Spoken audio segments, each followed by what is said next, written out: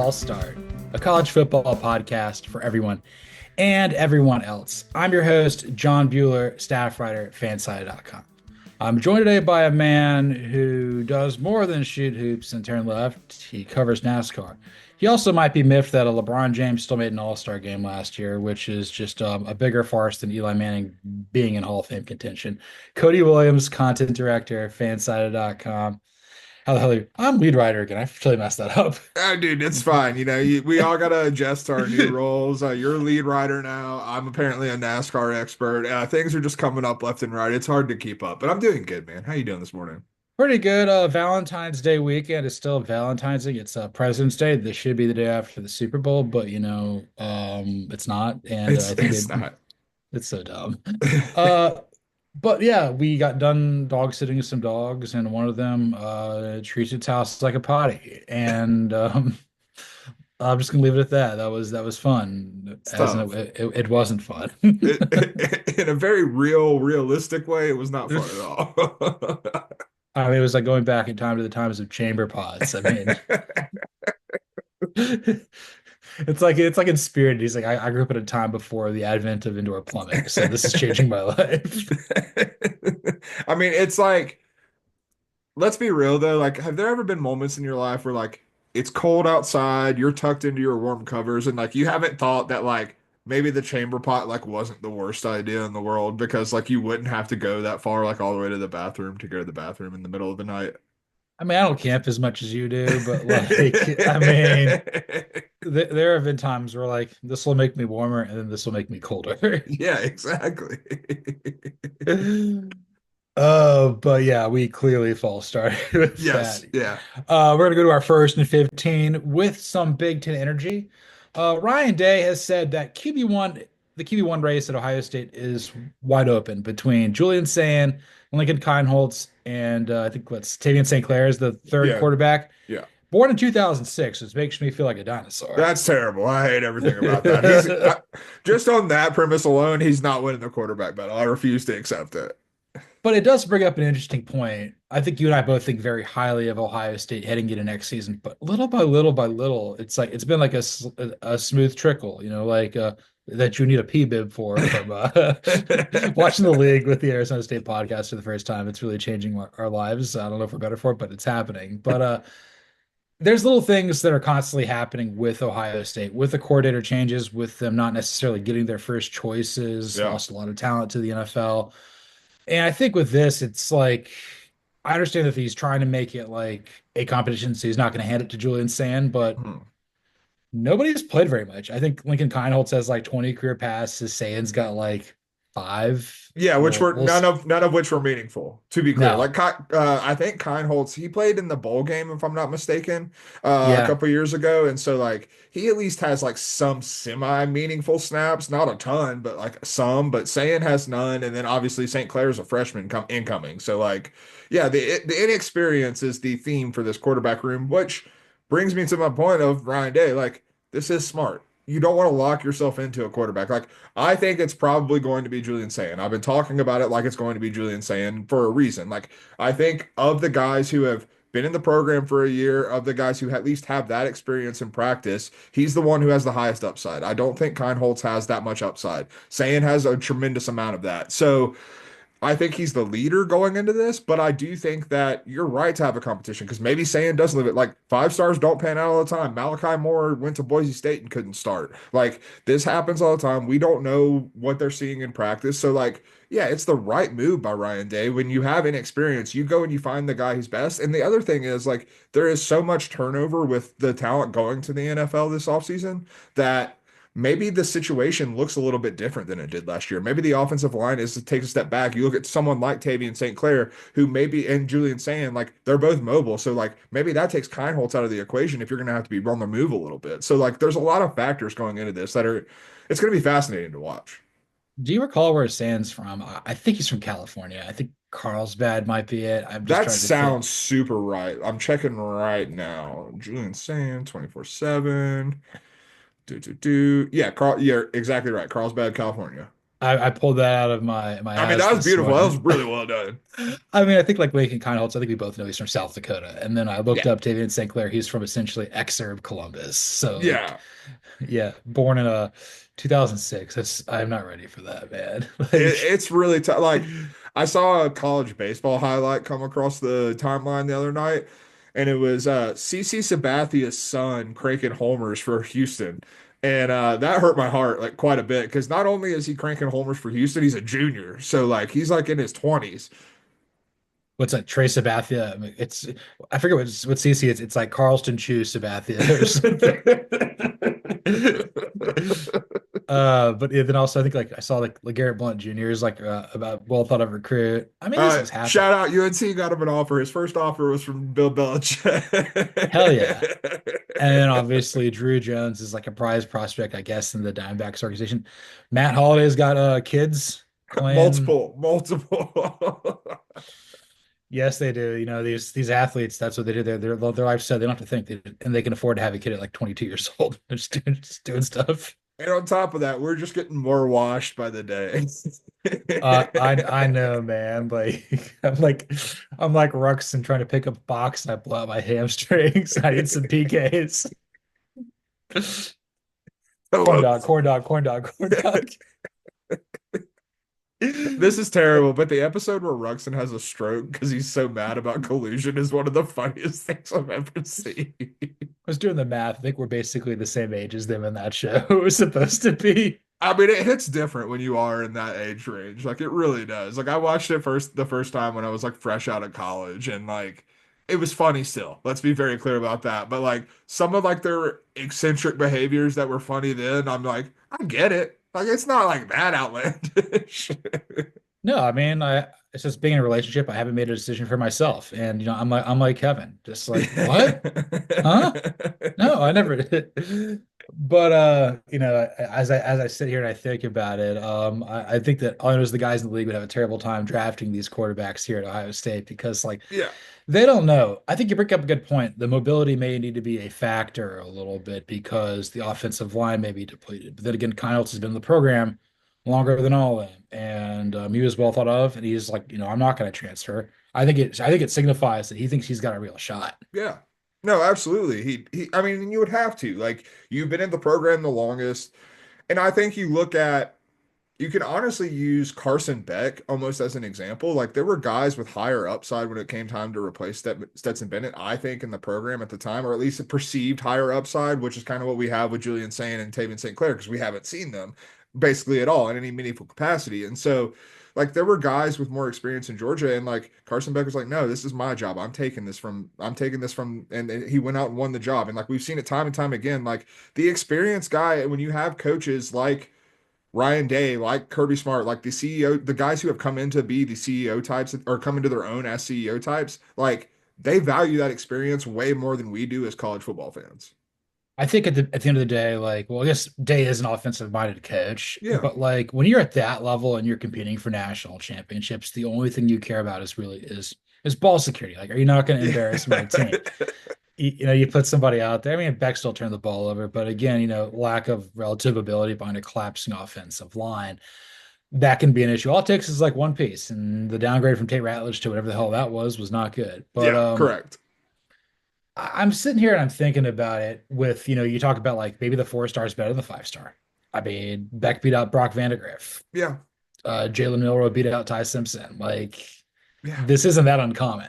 No, we see it all the time. Like we can talk, like there's a reason we talk a little bit of recruiting, but not a whole hell of a lot because like I I understand that recruiting is important. I maintain that recruiting is important. Like you have to recruit at a high level, but also just like the draft, just like with MLB prospects, like no one hits 100% in No, recruiting. No one does. It's impossible to be able to do that. The guys who are at 24/7 Sports on three rivals wherever, they don't hit 100% with the guys they're rating 5 stars. Like it just doesn't happen that way. Like you talk about 5 stars, like former 5 star wide receiver Jonte Cook went to Texas, had some nice moments with Texas, tried to transfer to Washington, and now is in all kinds of legal trouble. Like things happen. I'm not saying either of these guys are getting in legal trouble, but like things happen. These are kids and they're not done developing. some people peak in high school. It's Exactly.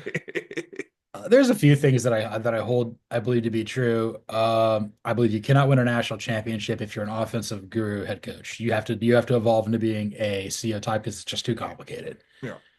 Players are going to beat scheme at the end of the day when at the highest level. Mhm. I'm also of the belief if a guy gets hurt, he's going to keep getting hurt. Yeah. And I'm also of the belief the longer a quarterback uh, battle goes on, the underdog's more inclined to win. Yeah, 100%. And like I think that I mean, honestly, I think that we'll have a like with the inexperience of this trio of quarterbacks at Ohio State, I think we'll have a really good idea coming out of the spring. Because there's a lot of times where you come out of the spring in a quarterback battle and like a coach doesn't want to say anything and like the reporters aren't really or guys really plugged into the team aren't really sure who has the lead in the quarterback battle. I think with this one we'll have at least some idea. Probably at worst we'll have it whittled down to the two guys who are actually competing for this starting job. I think that's fair because obviously you want to keep both of them on the roster because again, there's not a lot of starting experience. What if one of them gets hurt? You're not ready Yeah. for this. And also, you open next year with Texas coming in. So Yeah. we know it's going to be Arch Manning there unless he doesn't want the starting job out of camp. That'd be the funniest damn thing in the world. That would be, I mean, the content that would come from that would be just incredible stuff. Peyton Manning goes on Jeff Bezos' crank shuttle and never returns. We should think like when we get deep in the off season, like I'm talking like June when there's not literally Yeah. not a damn thing going on. We should just write like the funniest fan fiction stories for what could happen in college football this year. Like Arch Manning loses his student ID and they won't give him another one so he can't play football.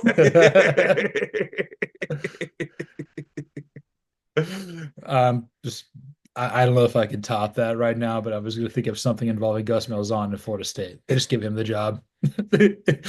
Spring practice is so bad. It's Gus Malzahn's job. Come on, boys, let's go.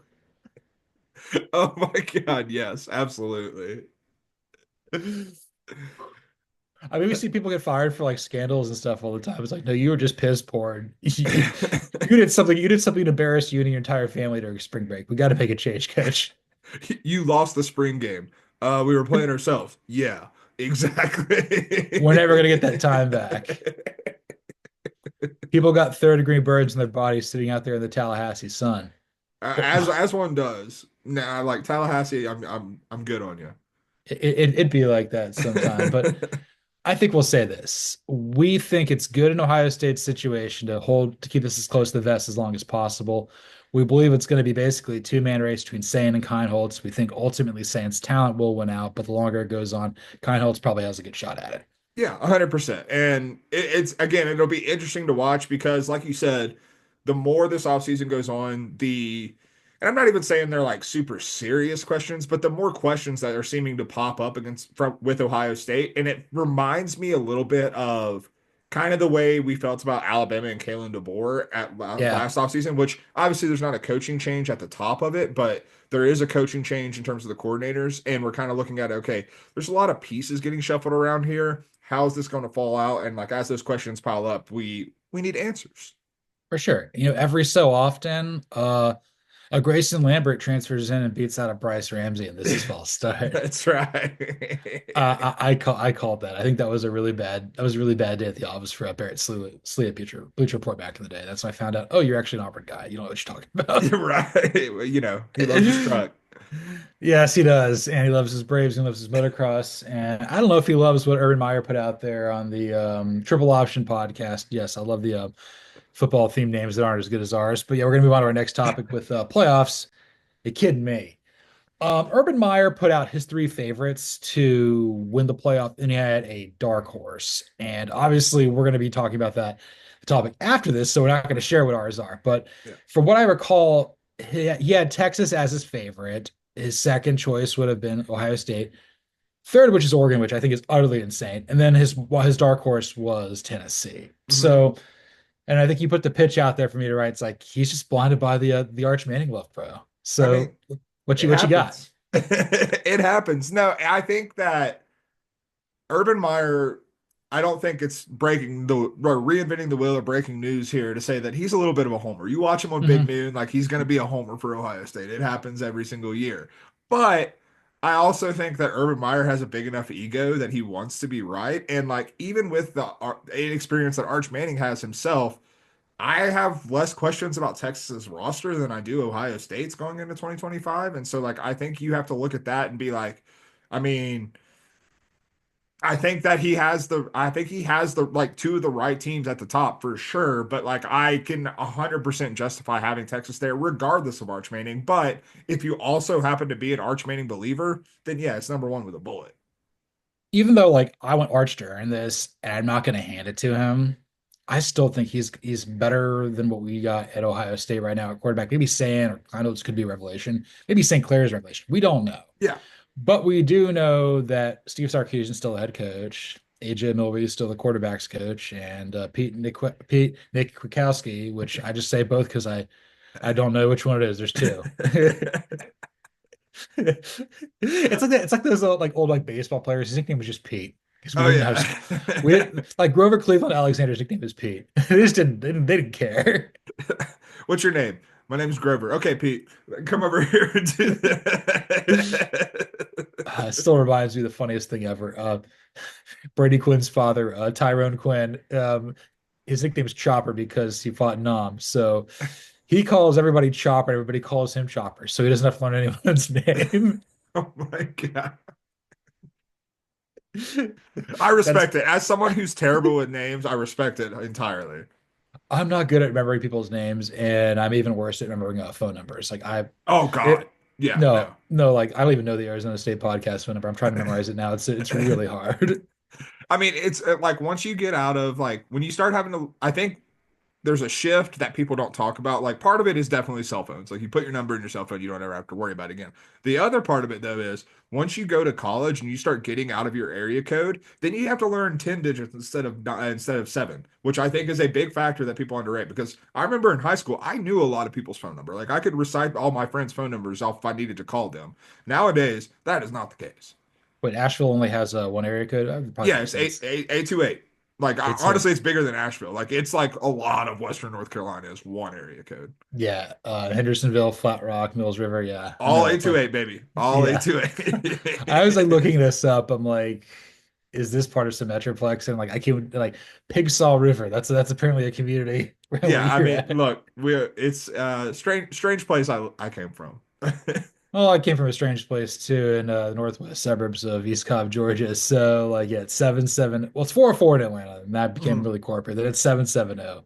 Then I got 6-7-8. Then there's another one, and then Athens, in where my dad's out at 7-6. So that Yeah. just throws everything through a loop. Yeah, I mean, I guess it's less applicable to larger cities, but if you grew up in not a large city, then like most people around you had the same area code. And I mean, like for the most part, like I would assume a lot of your friends that you went to high school with had the same area code as you because you're going to the same high school, you're in the same place.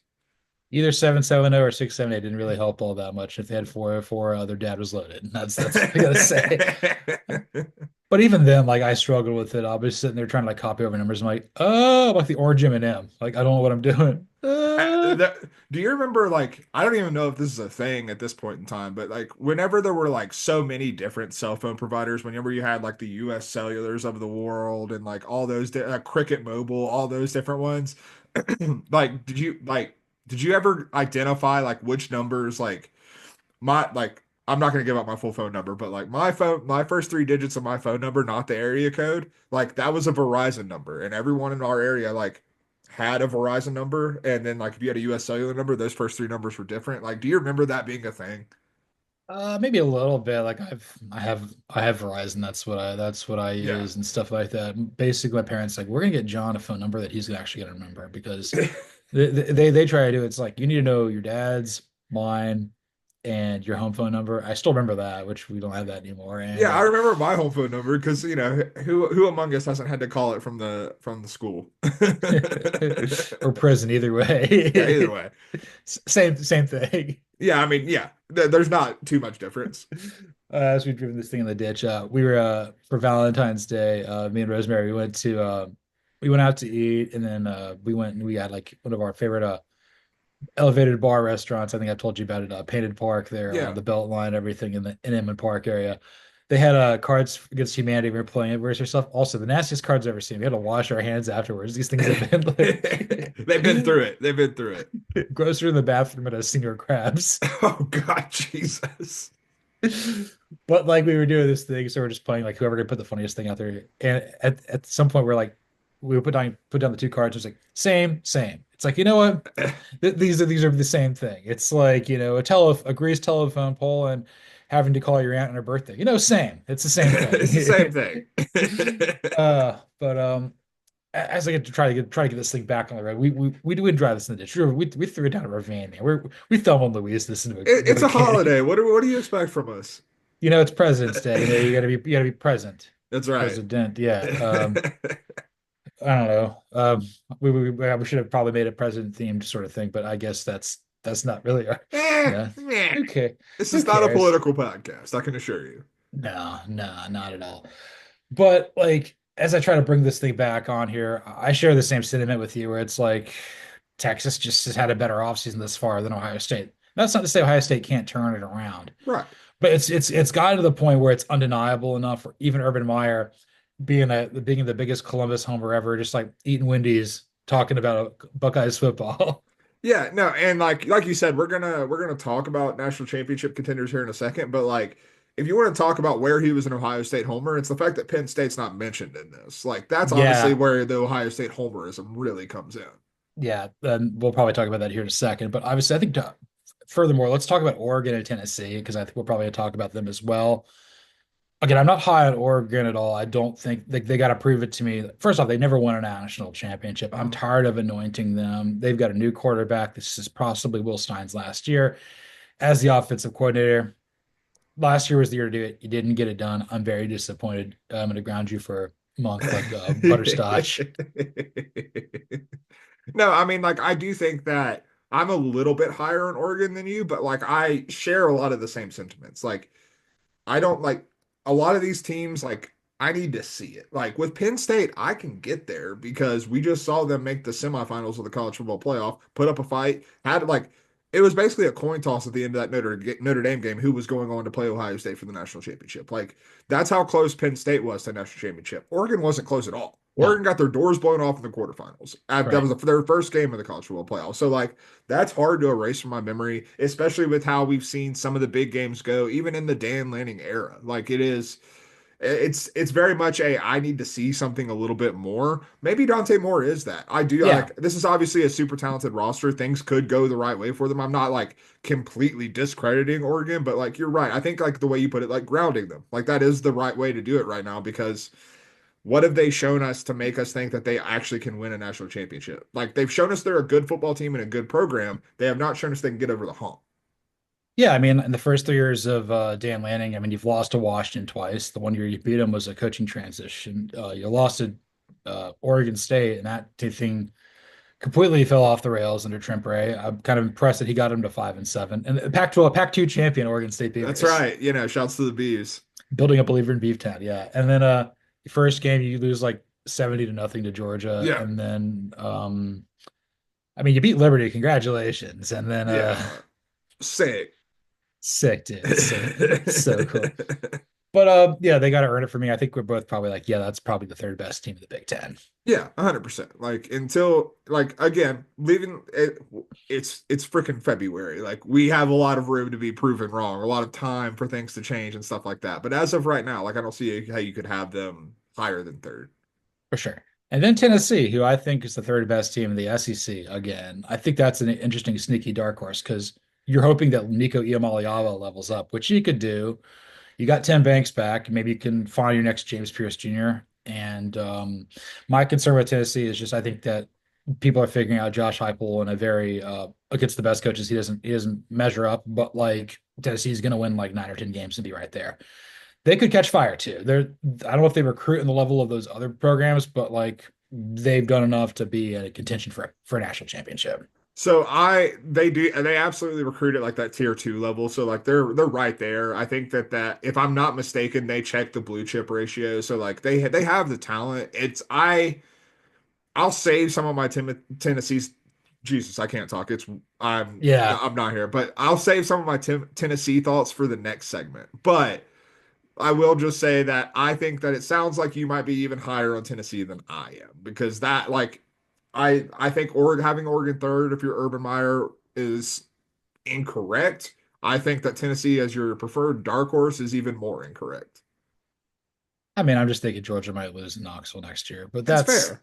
that'll be like their only loss. It's fun. Texas isn't beating them in Athens, but that's you know what? Let's I think we're ready. We've been talking about Wendy's. We've been talking about God knows what. Let's move on to our the new segment that's taking over the show. TIN 10. Oh yeah, Yes. baby. One hell of an off-season segment. Yeah, this is great. I threw this together because like we got to have something. Didn't Yeah, even think it was President's Day, but like yeah. Our top 10 presidents. uh just vibes only. Number one vibe, Rutherford B. Hayes. Oh yeah, absolutely. William Howard Taft, just because I'm a big fan of the short and stocky tie. The man was a Chief Justice, man. I mean, he did more being president after than William Henry Harrison. That's right. R.I.P. Tippy Canoe entirely too. That's right. I'm really glad that they got that park for Ron Swanson because of him. Oh yeah, absolutely. I hope his relatives don't smell like the one guy that when Andy Dwyer says you smell, you stay. Oh, absolutely, man. But yeah, TIN 10. We're gonna do if we had to bet money on it, you might, I probably won't, but like metaphorical gun to your head, you have one of these 10 teams has to win a national championship next year. We're gonna go from like least likely we think that could at 10 all the way up to our favorite right now, President's Day 2025. Yeah. So we're gonna work our way up from 10 to 1. Start with 10. Who do you have at 10? Okay, so you want to talk about dark horses? I've got a few in here, and number 10 is definitely one of them. I'm going with Michigan. They're long odds. I think they're at like plus 5,000 to win the national championship, which in the grand scheme of teams that I could paint a path to win a national championship, those odds are pretty high. But if Bryce Underwood is as good as they think Bryce Underwood is, that's a force multiplier, man. That changes the calculus. Like you look at the Big Ten, we kind of just alluded to it. Like there's questions about Ohio State, there's questions about Oregon, Penn State, not as many questions, but also that's a team that historically has not been able to get over that hump. So, like, if the Big Ten is more wide open than we expect, Michigan has the quarterback and they have the infrastructure to be able to kind of take advantage of that. So, like, am I like picking Michigan to win a national championship like off the jump? Absolutely not. But as like a dark horse, putting them at 10 on this list, looking at their odds, yeah, I like Michigan. I do not have Michigan on there, but I can get behind what you're saying. Like I kind of feel Michigan's going to be ranked somewhere between 12 and 16 to start next year. Yeah, And I think that's exactly. fair. Like I'm going to be having them like first four out possibly. Hmm. If Bryce Underwood's the revelation, I think the second year under Sherrone Moore, program's going to hopefully be more of his program. Like it's your program, man. It's not Yeah. Jim's. Yeah. You're still not running the hardball stuff. Um, you don't have to you don't have to let Bitpoji give you a wedgie anymore. You don't have to let it happen, but it doesn't mean it's not gonna happen. You don't even have to let him work for you. You just chose to, That's and that's fine. But I think that's a great point. If Bryce Underwoods is good, Michigan's recruited well enough. It hasn't been the best recruiting, but yeah. there's enough talent there. Big Ten's a little bit, the soft middle of the Big Ten could be exposed, and maybe they rise to the top like Indiana did. Maybe they take advantage of it like Oregon did this past year. I can get behind that one. So I think that's a good dark horse pick. Thanks, man. At number 10, you probably don't have them on here. Maybe you do, but I got to be honest, man. I had to put Alabama at 10. I had to put Mm. Alabama. Yeah, I Yeah, do not have Alabama in my top 10. my thought is this is the second year of Kalen DeBoer. He's got Ryan Grubb back. We'll see what happens at quarterback. If it's Austin Mack, Ty Simpson, who gives a rat's ass? They were 9-3 a year ago. You get 10-2, you'll probably get out of the SEC. Yeah, again, you're recruiting at a high enough level where like I could see like Alabama winning the national championship is like the 10 seed or something.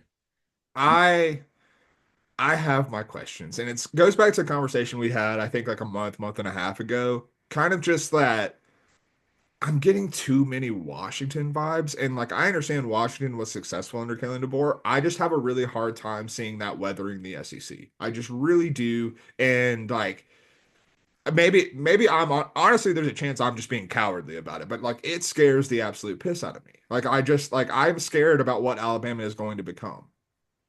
So I'll add to this and I'll give my number 9 because I think this ties in very nicely to this. It's like there's a lot of variance here with Alabama. They could be the 12th best team in the SEC. They could be the third best team. Yeah. So like I'm hedging my bet with that. Like again, there's teams that I like more than them that I don't have in this list, but like that's how it is. Yeah. And that's why I've got LSU at 9. It's the Okay. same sort of thing. It's a little bit less variance. Again, I don't really trust Brian Kelly and Garrett Nussmeier as much as I probably should. I think the talent's there. But we also were due for that LSU season where it's like, whoa, this team is damn good. Yeah. They could be the sixth best team in the SEC going 8-4. Actually, that'd probably put you about 10. And then, or they could be one. They could be like 11-1 and they lose Yeah. to like Ole Miss or something. Yeah. No. So I have LSU on my list. They're coming. They're not at 9. I can assure you of Okay. But that. who do you have at 9? So at 9, and I felt bad about this because it's a team I've been banging the drum for, but South Carolina, and I think it also fits into that variance conversation because like I, my belief in South Carolina is the belief that Lenora Sellers is going to level up even further. My belief in South Carolina is that Shane Beamer has been recruiting at a high level and has been like a higher level than we're probably accustomed to at South Carolina, hitting the transfer portal really well. And like I think the South Carolina team has the pieces to compete to win the SEC. Whether they do it or not is not something that they've proven to this point. Like, yes, they had a dark horse shot at the college football playoff spot last year, but like in terms of competing for the SEC, they were not in that conversation. Like they were a step behind there. So like when I look at South Carolina, I see the bones of what could be there, but I'm like there are enough questions where I kind of have to put them kind of lower in this top 10. I would have had them at 11. So I did not Okay, have them in here. I have them behind two teams I lost to last year, LSU and Alabama. completely fair. And I just think it's like as much as I love Sellers, as much I think Beamer's got the same sort of thing. It's like this could blow up in our face. I think Mhm. his nickname is Cocky Yeah. for multiple reasons. Two, maybe not three. We're gonna keep this thing, in the light here. But either way, like I just kind of feel that South Carolina's got to go out there and they got to beat the Alabamas. They got to beat the LSU. So they play next year. They got to beat Ole Miss. Mhm. If you lose to Clemson, whatever. I mean, for them, it's the end of the world, but like that team is going to be really good. And I think we got Clemson both coming up here in a bit. But like I think South Carolina is a great pick too. I just definitively was like, if Alabama won it over South Carolina, I'd be kicking myself. But like I said, I have South Carolina in the playoff field, not Alabama. So maybe that's my logic here, if No, there and is one. I don't hate it. Like I think South Carolina is in that tier with Michigan. So like or with sorry, with Michigan for me and with Alabama like they're in that same tier where it's like you could shuffle them anywhere around there and like it's hard to really argue against it. For sure. And at number 8, we've got a very Marcus Mariota Oregon. Oh, I love it. I hate Marcus Mariota. I know you do. I would be gets a flat tire every time he goes in his car. He's not in Atlanta anymore, so the chances have gone down. I mean, I'm still in the same plan. I'm still in the same planet with him, so I think we all lose for that. It's I true. was I was down on him when he didn't want to put pineapple on a pizza, and also he didn't know where Barcelona is. And I saw that thing where he was trying to like look at the field when the Titans are playing the Steelers, and it's like, man, this is like me holding a camcorder at 7 years old. It's just everywhere. Like, what do you? Oh, Um, just shaky cam all over the place. athlete, not mathlete. But Oregon's recruiting at a high enough level. They've got a great enough coaching staff. My concern is Jalen, who's got to make this defense better. He's got to basically, I don't know what he's got to do. Just feed him saltines and put him and poke him with a stick. Like make him a little more tough. There needs to be some more edge here. I'd love to see Oregon just wear two uniforms the whole year. Just wear what they wore under Mike Bellotti. Go back to the basics of winning the line of scrimmage. That's how he turned it around. Because prior to him, they weren't any good. They had like a few good years under like Lynn Casanova, and that's about it. Like Oregon was ass back in like the 70s. I'll give them 3 uniforms. Like you can wear a special uniform for the Washington game because like Yes. everyone wears a special uniform for a rivalry game. Like we see that time and time again. So like wear one for the Washington game, but like keep the main thing the main thing. Like I Yes. I think there is definitely something to that when it comes to Oregon. And I think like they could legitimately do it. Actually, not really. I think that they could do it. They might be able to do it. I don't know. They never have, but like, one day that fish is going to climb a tree. Absolutely. So I'm close with you on Oregon. I have Oregon at 7. So we'll get to my Oregon. Like I agree with a lot of your points, so it's not going to be a long conversation. I have Oregon at 7. Unfortunately for you, I have Georgia at 8. Okay. And I think Georgia and Oregon, to me, are in the same tier. Obviously, we've seen Georgia do it before. We've seen Kirby Smart do it before. So, like, there is that confidence factor. But I've seen, and like, I have questions about Gunnar Stockton. I think that's fair for any. Yeah. We've talked a lot about quarterback inexperience and questions. Like, Gunnar Stockton fits that mold as well. Like, so I have questions about that. But I also think when you look at this Georgia defense, like, a, they're losing a good bit, but B, we haven't seen them necessarily be able to replace their losses at the way we expect. Like, I feel like each iteration of the Georgia defense, it hasn't been bad, but it's been slightly worse than the one before over the past few years. And that worries me a little bit because that's kind of the calling card. Now, do I trust Kirby Smart, Glenn Schumann, and his staff enough to think that there is room for a possibility that that trend just completely gets bucked this year and Georgia is the most dominant defense in the country? Absolutely. But when I'm looking at this top 10, like there are teams that I have fewer questions about in that capacity because if that defense, if I have questions about Gunnar Stockton and what this offense is going to look like, then if I have questions about can the defense be elite or is it just good or really good, that's enough for me to kind of depress where I think that they are as national championship contenders.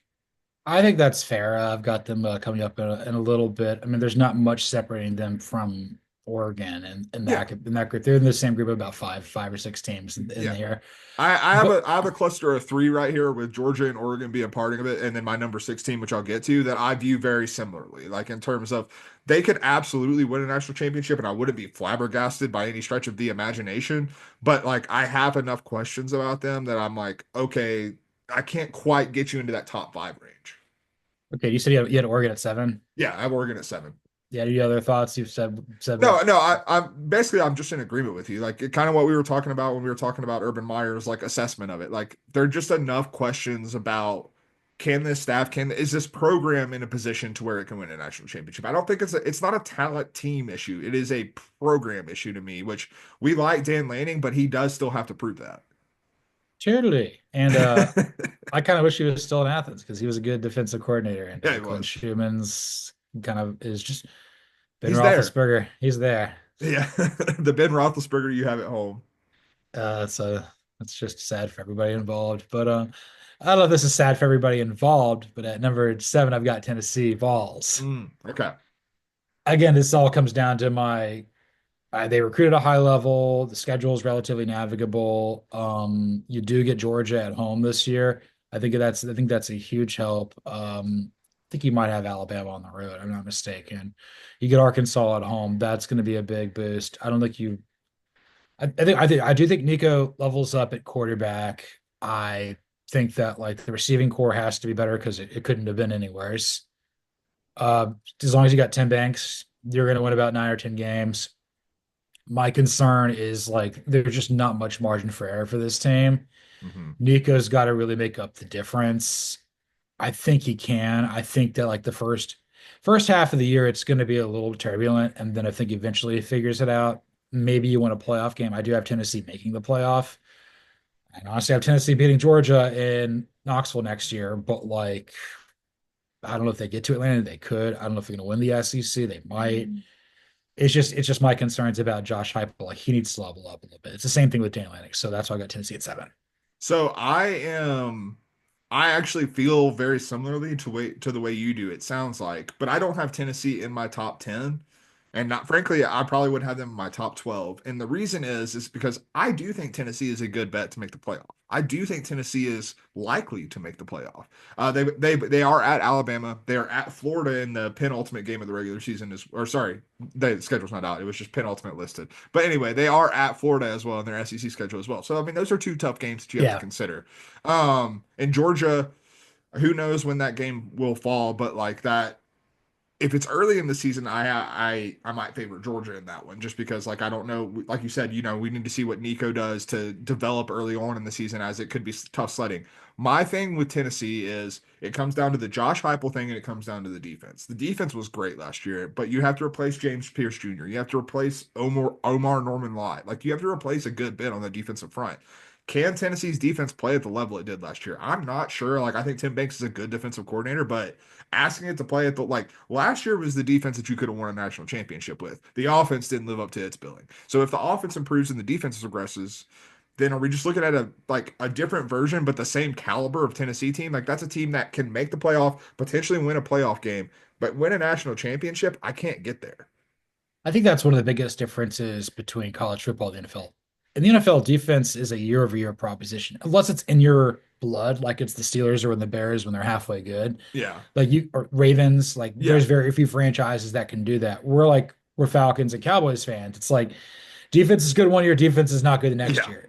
The Off Dan Quinn experience, baby. no, and we never have a good defense. But like maybe a few times under Smitty, that's about it. But offense is a little more sustainable, like the Matt Ryan ears, Dak Prescott, with like you could basically rely like, oh, your offensive line, like okay, we're gonna have a top 10 offense this year. Mhm. It's a little bit different there in college football. It's the inverse, but I think because of recruitment and everything like that. Yeah. But yeah, I think I like Tennessee a little bit more than you, but I can see why people are down on that. So we got through seven. So Yeah.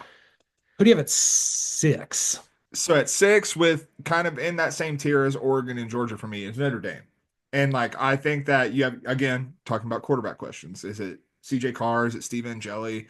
I would probably put my money on Steve Angeli just because he's been in the program longer and just knowing how Notre Dame operates. That seems to be kind of what they would do.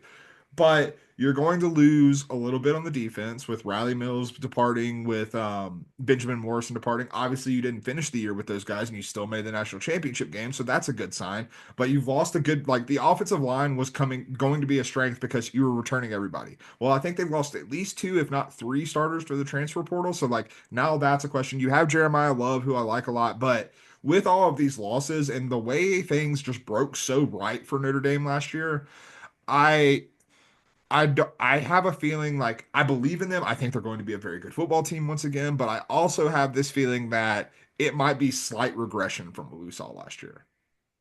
Yeah, like I have Notre Dame at six as well. Okay, sweet.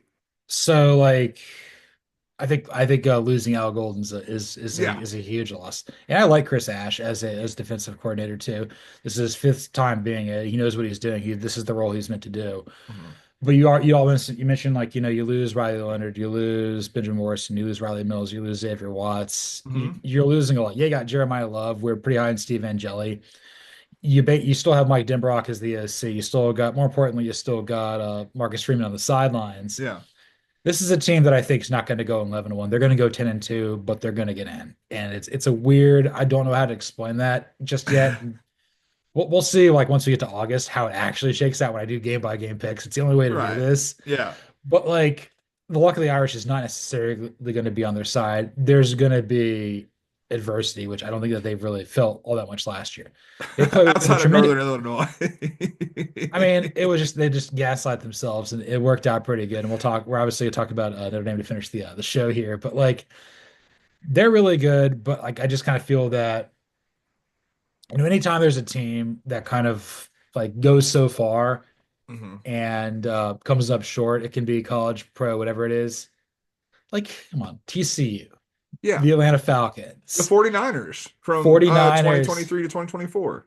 Cincinnati Bengals, West, TCU Horned Frogs. So there's a it was not like there's a basketball team. There's a baseball. Arizona Diamondbacks. There we go. I was Yeah. looking, Yeah. trying to think about that, but like there could be a massive regression for Notre Dame this next season. But I'm not. I think there's enough talent there, but like there's a chance they could be an 8-4 team. I'm not ruling that out. No, and like I think 10-2 is more likely than 8-4, but like 8-4 is in the cards. But I think more importantly, like when you get to the postseason, like are you going to get as favorable of a draw as you did? Because like let's be No, honest, like things broke really well for Notre Dame to have a chance to make a national championship game, and like you get Indiana, you get a banged up Georgia, and then you got momentum, and you're going up against a Penn State team who is equally as flawed as you. So things set up very nicely for Notre Dame.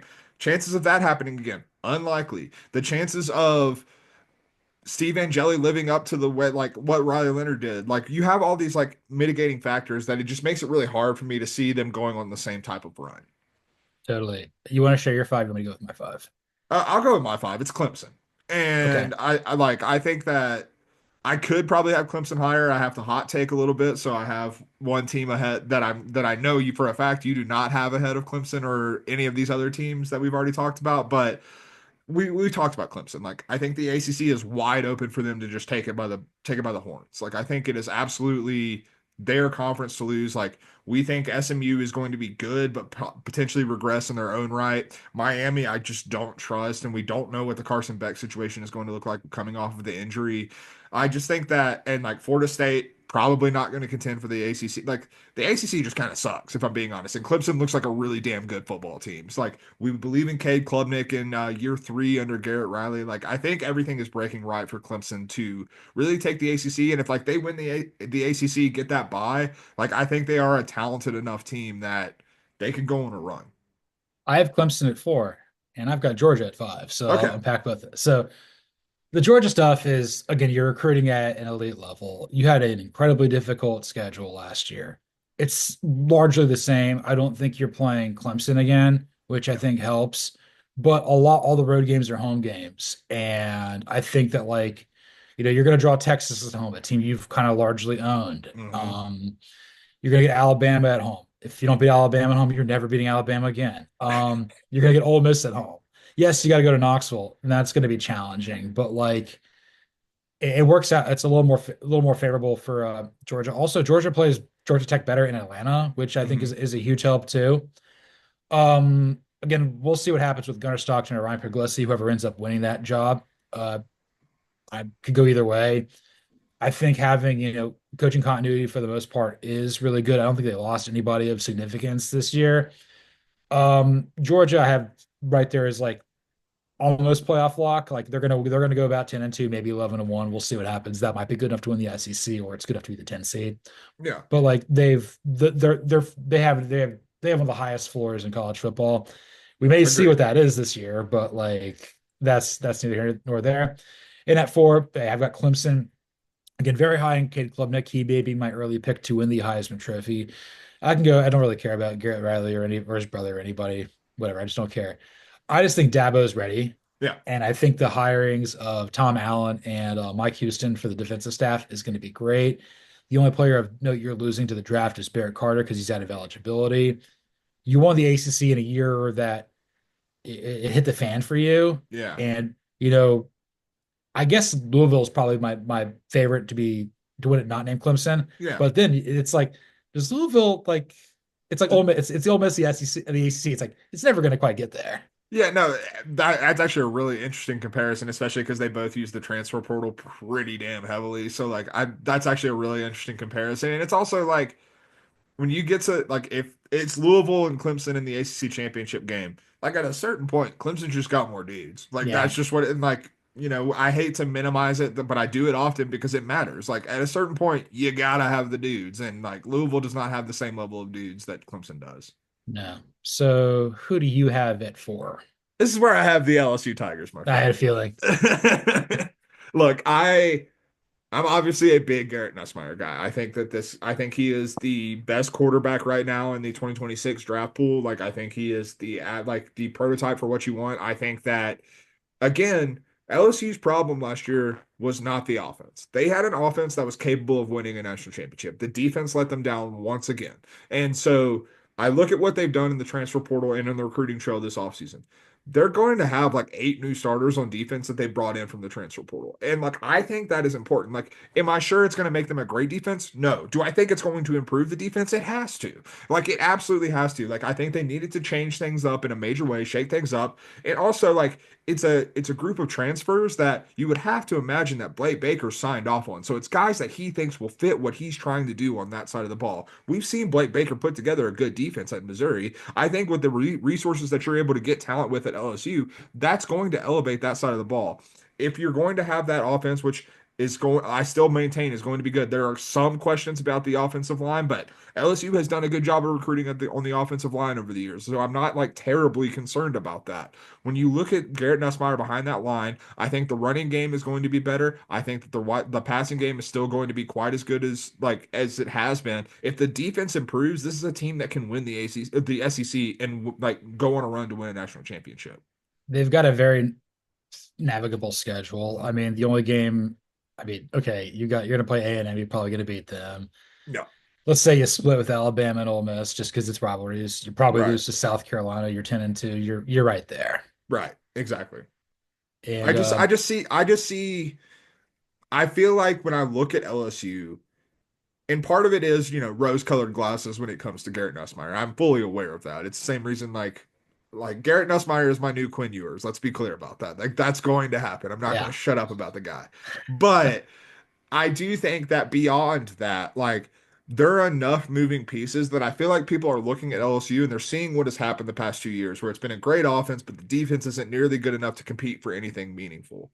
And when I see the changes that have been made on defense, I'm optimistic enough to think that that is enough to get you to at least 10-2, but potentially 11-1. And I think that if you elevate the defense enough to just get 1 or 2 wins, like this team is going to be dangerous. Because I like think he. if Yeah, you get into the playoff, we saw in the playoff like there were so many blowouts, and a lot of the blowouts throughout the playoff that we did see were teams kind of just jumping on their opponent, and like it was over before halftime. Like you just saw the way the game was going, and it was like, all right, well, I just don't see how this other team is going to be able to respond at the level they need to. LSU in the past 2 years has had that type of offense. Like LSU can hang 21 points on you quicker than most teams in the entire country. And so like I think they're perfectly built to really cause problems in the playoff. I need to see how LSU plays week one. That's the most Agreed. important because like if it's out there, it's like Gary Nussmeier's like looking back, like the kid holding on to the lanyard at the swim team. It's like, where's dad? Where's dad? I can't find him. I don't have my Eh, floaties. I love my floaties. It's not going to be there, but if he's out there, he's grown up a lot since dinner. There we go. I think also the fact that they retained Blake Baker and Joe Sloan, I think that really helps them. Joe Sloan would have been a candidate for his alma mater at ECU, but they went without Blake Harrell. Mhm. Maybe Joe Sloan's thinking of something bigger and better down the line. We'll see what happens. But like if LSU doesn't make the playoff, they need to move on for Brian Kelly. Yeah, I think that's actually a really fair thing. It's an interesting dichotomy because I do believe in this LSU team and I do believe in what they're capable of this year. At the same time, if it doesn't go my way or it doesn't go LSU's way in the same way, like the Brian Kelly hot seat talk is going to be very real. I don't even know if there's anybody else in that same sort of spot where like you got to make the playoff or bust. You got to win a national championship or bust. I don't even think that anybody is quite there. Yeah.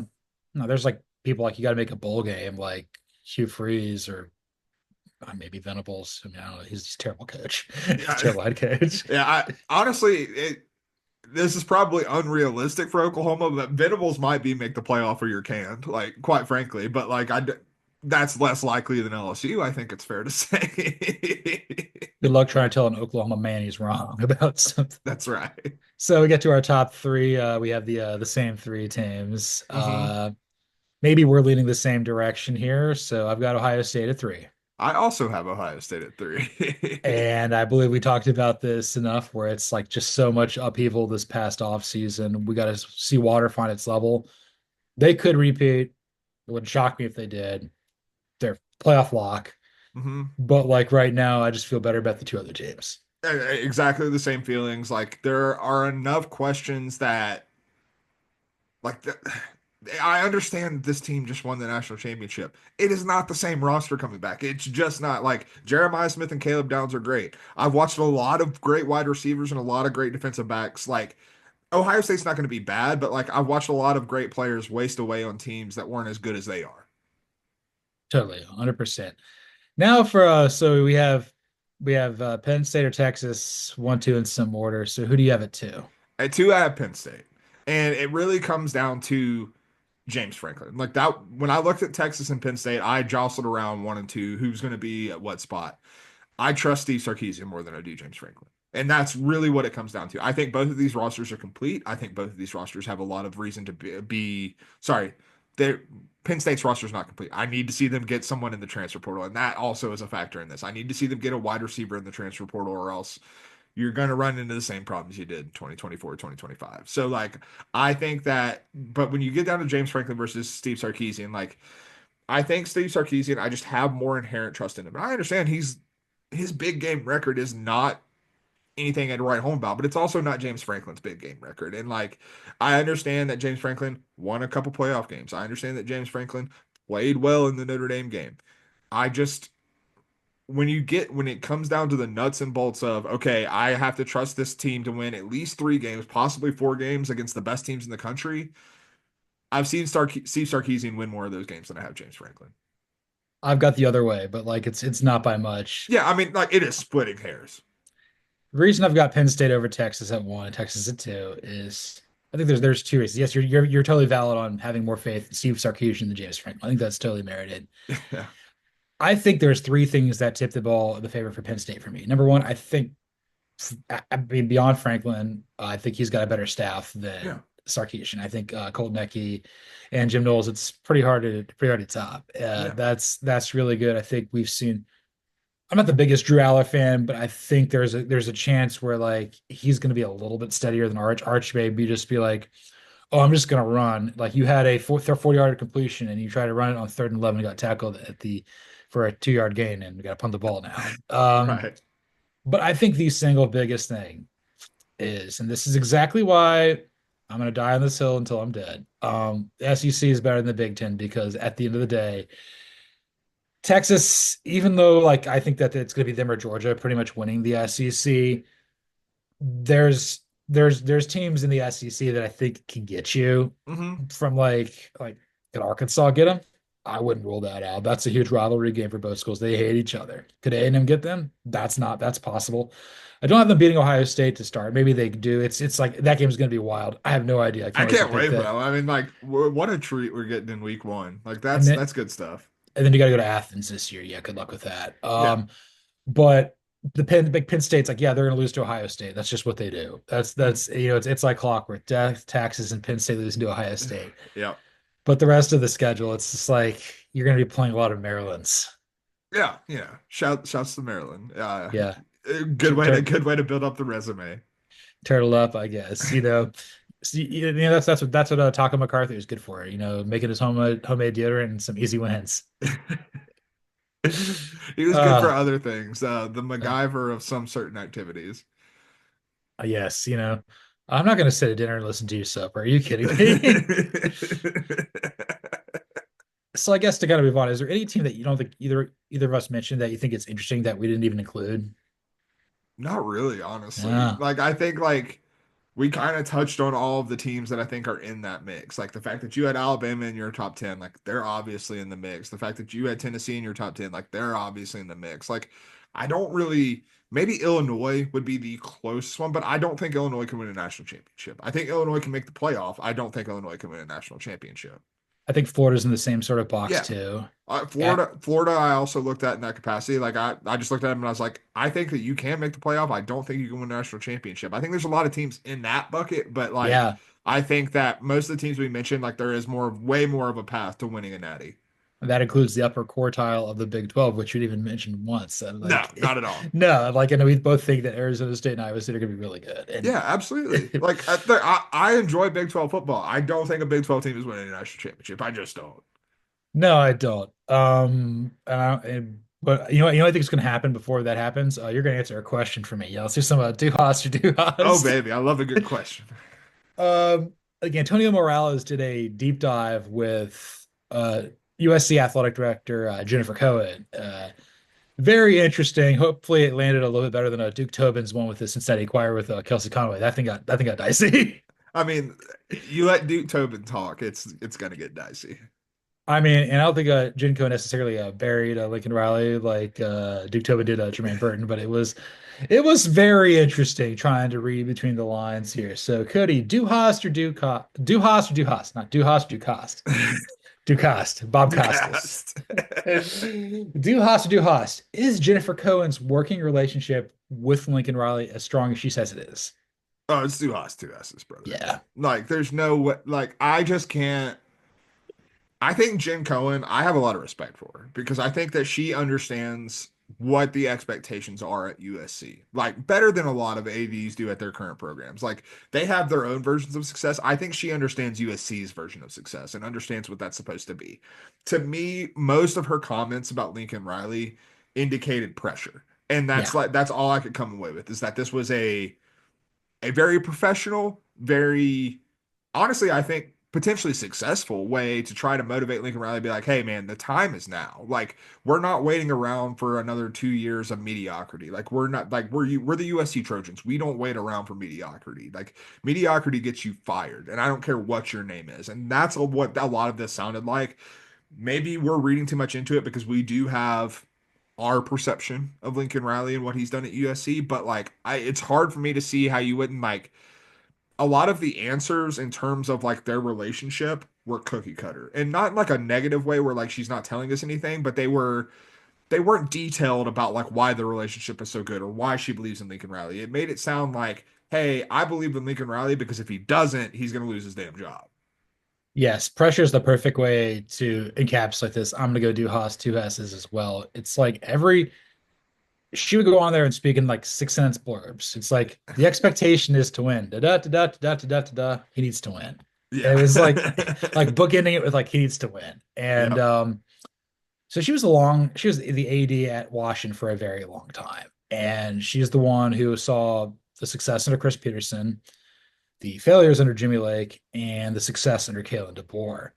Obviously, she owed to herself. It's like maybe Jimmy Lake could be a guy, and she and I both know he's not. He's just In fairness, at the time though, that was not like an outlandish no. opinion. Like it's been proven wrong since for sure. But like at the time, like Jimmy Lake was a guy. Like that if they didn't promote him, someone else would have hired him. I swear, like every episode, like was like she didn't hire Lincoln Riley. We say that like all the time, Yeah. and it was Mike Bone in the Bone Zone. You don't even know. You don't even know. Oh God, the thing Antonio Morales wrote with quotes from Petros Papadakis like on the record. It's like this guy had no idea that it's really great to see alumni around here. It's like you do realize these people are on are on Clay Helton's staff or on Lincoln Riley's staff. Of course they are. But it's maybe this is just focusing on the main thing. The main thing. Maybe USC could be what they thought they could be. Again, they're trying to be more blue collar, which I think needs that's what they need to do to get back to their ethos. Unfortunately, I don't know if he's really that. I don't know where you would go if it doesn't work out. Again, it's a private school. You don't have to say what his buyout is. Nobody cares. You Yeah. can just George Lucas, you want to help us out instead of making a Star Wars movie that sucks, bring the buyout as a terrible coach. Hey, there are worse plans than that. But no, you bring up an interesting thing about blue collar because Washington is a blue collar program. Like, there's Hmm. no doubt about it. They don't always play a blue collar style of football, but in terms of the guys they bring in there, the area of the country they're in, that's a blue collar place. What has always made LA and USC interesting in terms of college football is it's such a melting pot. And, like, obviously, it's a huge city, a huge metropolitan area. So, like, that's not like reinventing the wheel. But when it comes to the program, I think the program at USC has always mimicked that well when it's successful because you go back to the Pete Carroll days. Okay, yes, you had Reggie Bush, one of the most exciting college football players we've ever seen, we will ever see. You had Matt Leinart and Carson Palmer and all these guys that were, the showman at quarterback. But you also had guys like Lindell White Yeah. and guys who are like blue collar and like willing to do the dirty work and like that mix there. And to this point, Lincoln Riley has all been the first part. It's all been all about the flash. It's been, let's bring back the Reggie Bush era of college football. Well, the Reggie Bush era wasn't just the Reggie Bush era. Like it was the Pete Carroll era because he understood the dynamics of what you need to create to be successful at USC. And it feels like Jen Cohen understands that and is putting the pressure on Lincoln Riley to do it. Yeah, you need to get more guys in there like, Lindell White, like Troy Polamalu, like Ray Hmm. Malaga, like Brian Cushing, just over there, just lifting on the Jersey Shore. Honestly, Clay Matthews III is kind of blue collar too, even though he's famous. He's just like, I'm in my garage wearing a black shirt, just lifting. That's what I'm doing. Oh, Just he listen to Metallica and like he was Megadeth. 100% like his parents like had like a super nice bedroom, like probably bigger than both of our houses for him. And he was like, I'm gonna go sleep on the stone floor in the garage so I can lift when as soon as I wake up. Clay Jr., he should be in the Hall of Fame. Goes, that's my son. That's right. But I guess to kind of put a bow on this with the Riley stuff is it's like I'm just again when you make a big hire like this and you're telling everybody that this is going to change the game, you got people like Colin Cowherd doing car wheels in the streets, and Yeah. and slowing down traffic more than Mr. Hansy. Yeah. Um, you need to win. Like Yeah. you need. It's like this is USC. This isn't some. This is, for lack of a better word, this isn't the Falcons or Cowboys. You need to go and win, dude. Yeah, Like, 100%. Yeah. like this is the expectation is like you're a top 10 program all time, Yeah. probably higher than that, and you're putting yourself out there saying like, oh, we're definitely a top five job. Are you? I don't know. You used to be for sure. Used to be what Now, happened. who knows? But I used to be able to run more than 100 yards without feeling my hamstrings die. I used to be able to drink a six pack and not have heartburn, but here we are. Life comes at you fast. That's true. But I don't know. I feel like if USC is like barely hovering for a bowl game, they got to get rid of him. Like Yeah. they, and I think he will. I think that Jade Maeva like showed a lot of promise at quarterback for them. Started to make things in the right direction. USC's team last year was a little more fun to root for than it had been before, but like Mhm. I think it was talent depleted. Yeah, no, 100%. And I I don't know, man. It's going to be fascinating to watch, but I'm with you on the point that if they're like in that 5 to 7 win range, Lincoln Riley needs to go because that's unacceptable. I guess like the last thing is like I feel like the move to the Big Ten with the scheduling hurt them more than the other three schools. And I mean UCLA always had a low floor. There was very little expectations.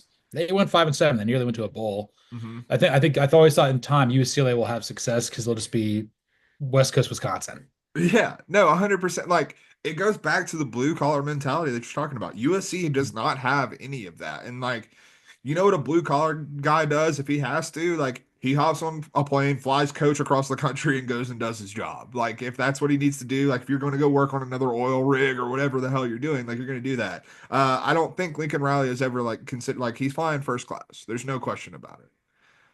The man's never seen trucker speed once in his life. Exactly. That's what I'm saying. He doesn't. He's never seen the Blue Ridge Mountains. West Virginia, baby. No, no, the Cumberland Gap.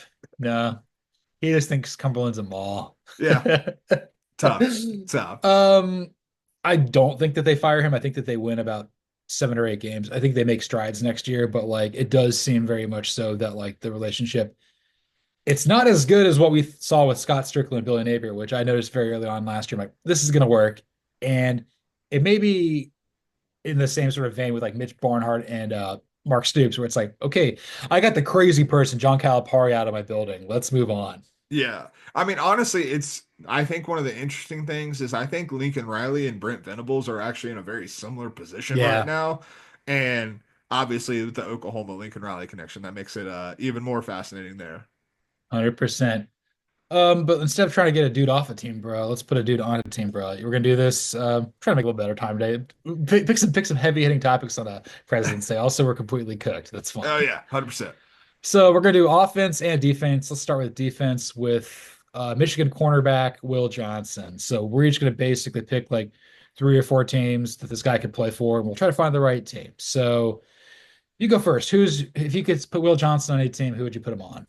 I like him for the Jets quite a bit. Like you bringing in a defensive minded head coach and Aaron Glenn, I think he's going to want to go defensive side of the ball.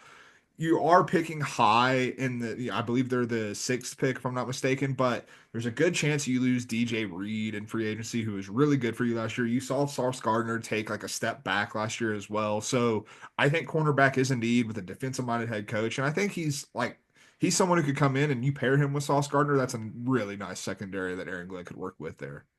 I did have the Jets as one of the teams I would consider. I'll throw the Saints in there as well. I I like think that. they're picking at 9. They got to replace Marshawn Lattimore. They got to find a new star player for Mickey Loomis to defer more money to. I think eventually they're going to play with Derek Carr next year. Kellen Moore is going to hate him, and they're going to draft Garrett Nussmeier. I like it. I like that a lot. I another team in the NFC South that I have, the Panthers. I think it makes a lot of sense. Like the Panthers just need talent, man, and Yeah, wherever you can find that talent, if Will Johnson falls to them at 8, like you make a strength that you didn't have. Like you have J.C. Horn, who is a very good player on one outside corner. You have a lot of question marks everywhere else in the secondary. So you get 2 stud corners in J.C. Horn and Will Johnson. That's something you can build upon. And like I think the Panthers are one of the teams that I'm watching this offseason just because I think what they do in free agency is going to be interesting because I think it's going to essentially inform what they do in the draft because they can go so many different directions. yeah, I think that's fair. They're going to go try to get a really high end player. Did not have them listed. Probably should have. I got the Jaguars on here. I think that they Mm, they may react like, oh my God, it's cornerback time. Oh my God, Travis Hunter just went to the Patriots. We got to get somebody. yeah. But I also think that like the defense was a problem this past year, so let's just hire another offensive minded head coach. I'm so down on the Jaguars. But I think Will Johnson could be maybe him or Mason Graham would be a pick there at 5. We'll see Yeah. what happens. I mean, if Mason Graham's there and you don't take him, I don't know what you're doing, man. Dude's a beast. Last team I had, it would definitely be if he fell more than expected, but the Colts at 14 because the Colts secondary sucks. Like that, there's just no other way to put it. Like that secondary is one of the worst in the NFL. They need a someone who can be a rising tide lifts all boats type of guy, and that's who Will Johnson is. So like I think getting Will Johnson in that Colts secondary is necessary if they can do it. I get behind that. I think I got a team that I think could use him that's a little bit earlier. How about the 49ers? Mm, I don't mind. I don't hate that at all. Don't ever tell John Lynch what to do because he's not going to do it. So I guess I'm convincing him to pay Brock Purdy. Apparently, people did not think that like my article about saying Trevor Lawrence would be an upgrade over Brock Purdy in the long term. They don't understand this. It's like I don't think you understand how finances works, and that's why I every quarterback's going to work under Kyle Shanahan, man. look, I've dealt with a lot of people coming at me, 49ers fans, about Brock Purdy as the resident Brock Purdy hater of the world. And they believe in Brock Purdy the same way that Christians do Jesus Christ. Like that's how they think about Brock Purdy. I mean, just realizing the Shanahan perspective, he's Matt Schaub, not Matt Ryan. Yeah, exactly. And they both were damn good. Matt Ryan should be in the Hall of Fame, and Matt Schaub, this is one of the greatest Texans of all time. Shouts to the University of Virginia. Who? That's right. Okay, so we got to cross the team off here. Who do you want to cross off first? I'll cross off my Colts because I think the 49ers are earlier and they make the Colts make more sense. Like the 49ers make more sense to the Colts. He's not getting to 14. I just like the fit. I think that that's fair. I'm gonna honestly, I'm gonna cross off Jacksonville. I feel that like there's a chance that like a better higher end player, particularly because I expect Shador Sanders and Cam Ward to go 1-2, and then you're gonna move down the Mason Grahams, the world Abdul Carter. That leaves Mason Graham there. It's like Yeah. Travis Hunter. It's like you gonna take Will Johnson over them, maybe, No. but like the Ah. yeah. So that leaves us with the Saints, the Jets, the Panthers, and the 49ers. So I'm going to cross off the Saints just because you made a good point, and I think the Saints could use a player like Will Johnson. I think the Saints are bad at drafting, and I don't think they're going to draft him. That's the only thing I can come away with. I like when you expect the Saints to do the smart thing, that's what they're not going to do. 100%. And I'm going to cross the 49ers off because I think he comes off the board before then. So it's going to be between the Panthers and the Jets. And I say we go Jets, man. I think he yeah, makes a lot of sense for the Jets. Like it's the defensive minded head coach of Aaron Glenn for me. Like I think that's the factor. Like if Will Johnson's sitting there, it's 7, not 6. I apologize, I misspoke earlier. But if he's sitting there at 7, like you're gonna tell me a new defensive minded head coach is gonna be like, no, I don't want this obviously great corner who's going to come in and be an immediate impact player on our defense. I don't know if they played the same way, but Aaron Glenn was a Pro Bowler for both the Jets and the a really high end player there for the Texans. Yeah. If you're a former quarterback or you're a former like whatever position it is, like and it's your first draft, and there's a player that somewhat reminds you of yourself in some capacities, wouldn't you feel inclined to draft him? Yeah, absolutely. Yeah. Absolutely. Will Johnson of the Jets. Johnson and Johnson. Johnson's playing for Johnson and Johnson. That's right. You love to see it. Johnson, Johnson, and Johnson. So much Johnson. It's supposed Jesus. it's so dumb. No wonder why Aaron Rodgers didn't last. Correct. Correct. Okay, so we're done with some Johnson and Johnson and Jets. Let's move on to Jackson Dart. I was trying to remember like the guy you wanted to talk about. Yeah. So I'm gonna go first. I think the Steelers got to seriously consider taking him at 21. I was coming back from Valentine's Day in Uber, and this guy was a Steelers fan. He's like, "What do we do?" And I'm like, honestly, it just sucks for you guys at quarterback across the board. Yeah. And I kind of talked it through. I think this might actually be their best option. You owe it to yourself to see if he's good. He's not Kenny Pickett. He's gotten better every year. He's got a bunch of starts in the SEC. He's played a pro style system. He's not playing whipple ball. This is a guy who's dealt with adversity. He's like, okay, it didn't work out for me at USC. I need to go. I'm from Utah. I got to go to Ole Miss. Totally different culture shock for me. Yeah. 100%. His arm's lively enough to make it work in the AFC North, and but I think he's also a good soldier and will hand the ball off for Arthur Smith. I think the Steelers owe it to themselves to at least see what they have here because what they have right now is just a colossal waste of everyone's time. No, I also had the Steelers down as one of the options, and like I think it makes perfect sense. Like you you don't have good options. Like your options are not good at this current moment. So like why not take a swing? Like I was listening to one of the reasons I wanted to talk about Jackson Dart is I was listening to the Todd McShay show, now that he's back podcasting, and like he did a pretty intense breakdown of like where how Shador Sanders and Jackson Dart stack up against one another. He basically said they're neck and neck. So like, and Jackson Dart's not going to be drafted like that. Like he's just No. not. And so because his name isn't Sanders, quite frankly. And like I like Shador, but I also like Jackson Dart, and I think it's a worthwhile swing if you're the Steelers. But I'm going to go with another AFC North team. If the Browns get a second first round pick in a Myles Garrett trade, would love to see him in Cleveland. I think he is a perfect guy to bring into there and kind of like be a new tone setter for what the next era of the Cleveland Browns is going to look like. I did not have the Browns on there. I considered them, but like it's got to be for Garrett. I don't even know if you get a first round pick for Garrett. Maybe you do, but it's like it's Yeah. going to be I mean, like I a think it'll be very back end. Like in yeah. that'll put you in the Steelers because the Steelers are picking at 21 and like the team who I'm banging the drum that needs to trade for Myles Garrett is the Green Bay Packers who are picking at 23. And like I think that makes perfect sense. Yeah, I don't think they can trade him into the Bills in the AFC. It's too punitive. So Yeah. you're looking at somebody who's picking as high as possibly Atlanta and as low as Philadelphia. You got to find somebody in that area to do Right, it. exactly. Another team I got in here, I think this would be good. LA Rams. That's Mhm. another team that I Yeah. had. I'm very, very down on the Rams future. It looks really bleak. They've got Jared Verse. We'll see how much longer Matthew Stafford's going to play. Cooper Cup's pretty much cooked. Probably gonna play with my team or your team. It's like the sounds about Sick. right. Puka Nakua, I kind of wonder, like, also in the same sort of thing, like they owe it to themselves. Like Les Snead and Sean McVay owe it to themselves to rebuild this thing.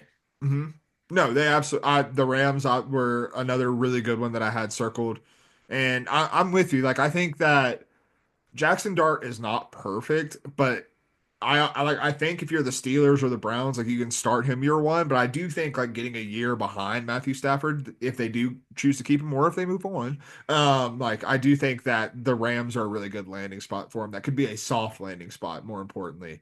Another team who I'm kind of looking at, I don't know how in terms of the draft order how this would necessarily work, but I'm going to go back to the Saints because in terms of letting someone wait, because I don't think that you can feasibly or financially move on from Derek Carr, but I think we saw enough from Spencer Rattler last year to know that hey, maybe he's not it.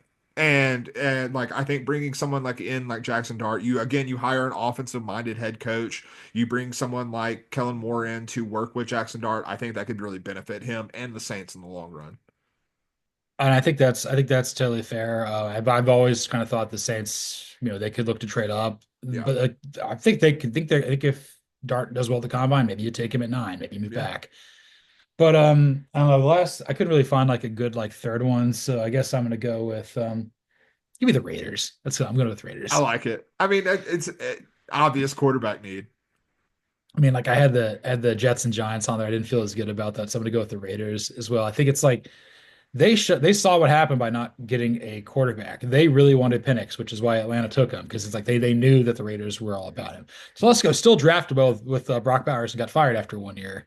Yeah, Um, Dart is from he's from that area of the country, from Utah. I think he's from Draper, Utah, near enough to Las Vegas, if you will. yeah, Um, Dart, his brother's name is Diesel. Diesel yeah. It Dart. is. Yeah, it is.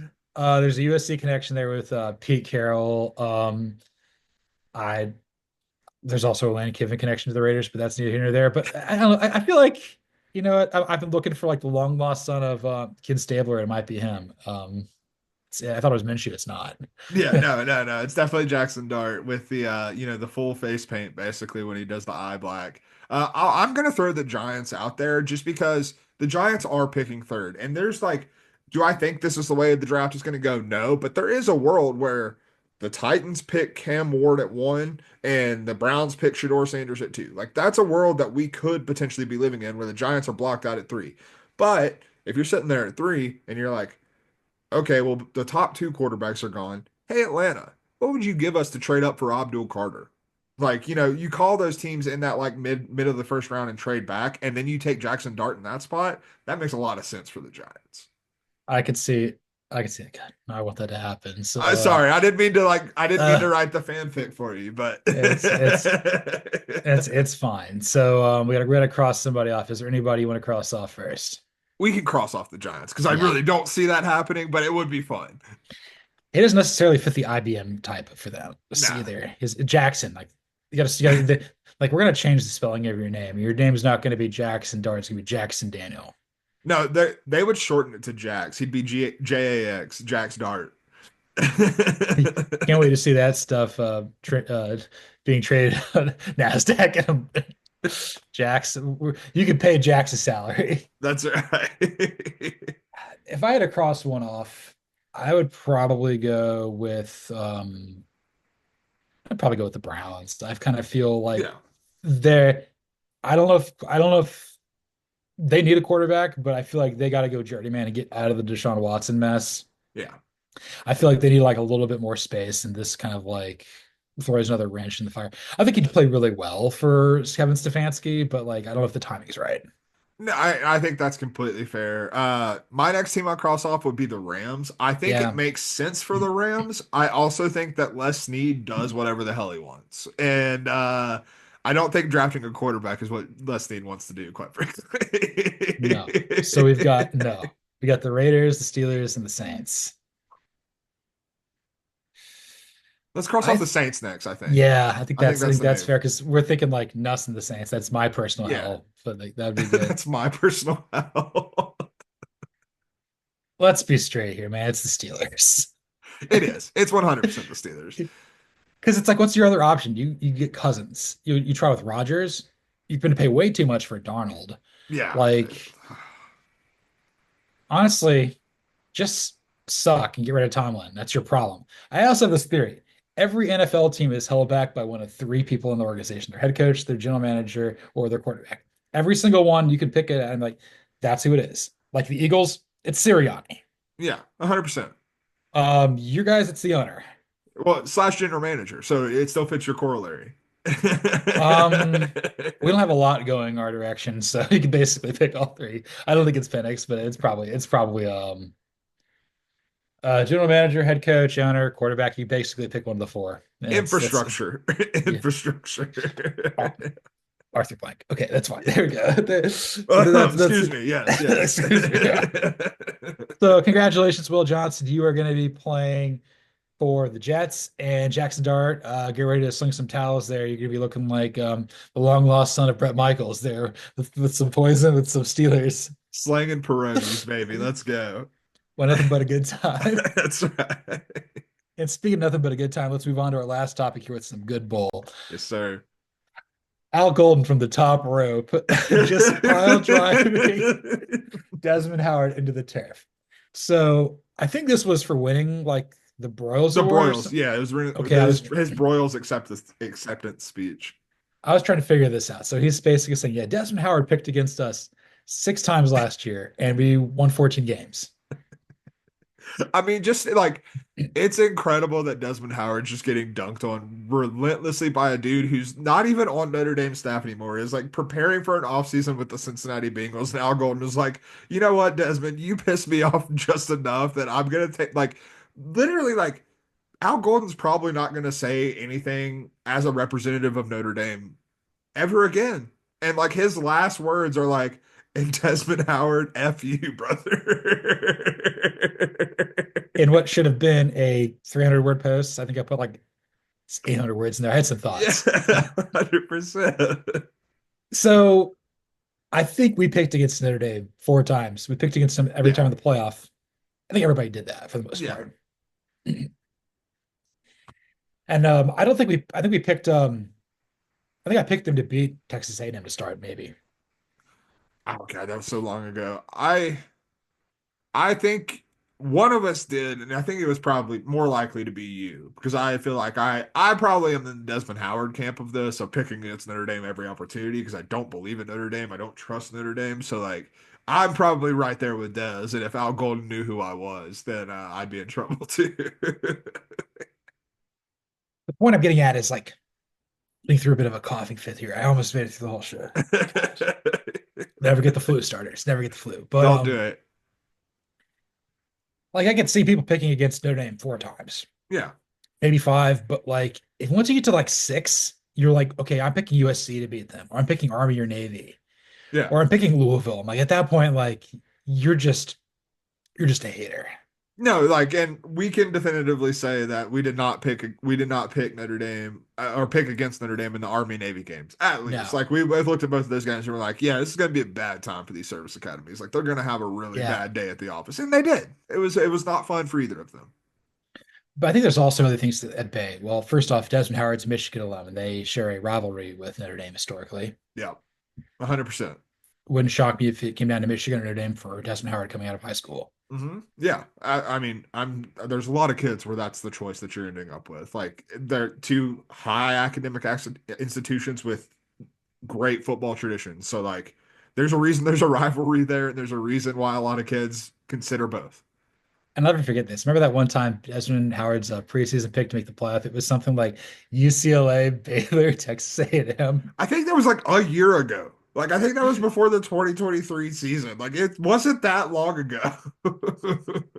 It's like that kid comes home from like elementary school with like a report card that just like a Thurman Merman report card. And you're just like, Jesus Christ, you're an idiot. Congratulations, you didn't get held back. Like that's what we're celebrating here. Yeah, your sevens look like gammas. Your J's are hooking the other way. You're still misspelling the most. It's like you're in fifth Dotting T's and grade, crossing I's, baby. shaking babies and kissing hands, man. Dude, just unbelievable. But I guess to really tie a bow on it, and maybe this episode is like it really just kind of goes to show how special of a season Notre Dame had. That Definitely. was, I don't know if they're going to get back to the national championship next year, but like what we saw out of them, the infrastructure, I'd be surprised they didn't make the playoff. Yeah. But it's like when these seasons happen, like you're not alone. Like people make mistakes. Like they pick against these people. Like when you're a fan of the team that's doing that, like the 2016 Falcons or the 98 Falcons or the 2014-15 Atlanta Hawks. Yeah. Yes, sir. I'm trying to think if you've had a team like that. No, no, No, no, not really. no. Honestly, the closest thing in recent memory would be like the 21 Red Sox where they made the ALCS. Like everyone was like, oh, they traded Mookie. Like there's no way they're gonna go on this run. And then, they were a couple games away from the World Series. And I guess your hockey team knows it's the Hurricanes. They had that like when they first started getting good again. Like Yeah, that there was we that go. one. So there Yeah. we go. But like it's very rare. But I think it just goes to show that they made the right pick for the Broyles. It was Al Golden. They needed Yeah. to see the whole thing, and it would have probably been what Tim Banks or somebody else instead. But Yeah. like Al Golden just went out there. I mean, he beat his alma mater, dude. Yeah. I like nothing but respect for Al Golden. Like if I was the Bengals, I probably wouldn't have fired Lou Anarumo, but like if you're replacing him with Al Golden, like I think it's a good move for the Bengals, which is a credit to what he did at Notre Dame, man. Like he's like that's a loss for Notre Dame. Like you said earlier, like replacing him with Chris Ash is as good as you're probably going to be able to do, but I still think it's a downgrade. And like, you know what? If I was Al Golden, I'd probably be peacocking about this too.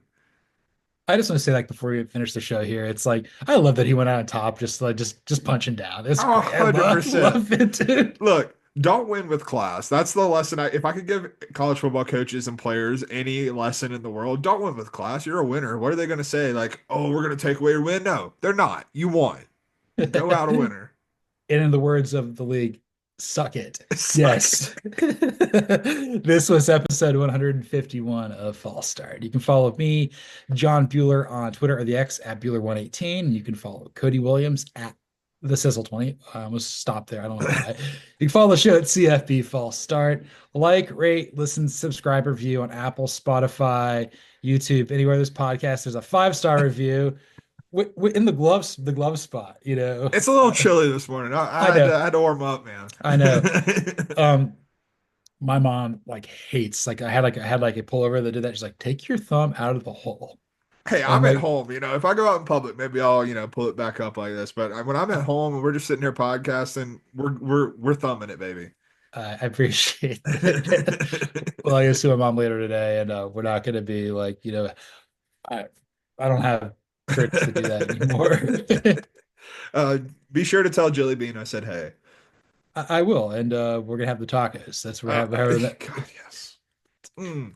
Jealous, quite jealous. I know, man. Del Tacos. Del Taco changes lives. People are walking up here. It's like a little bit of afternoon. It's like you're sober and you're eating this. I'm like, yeah, man.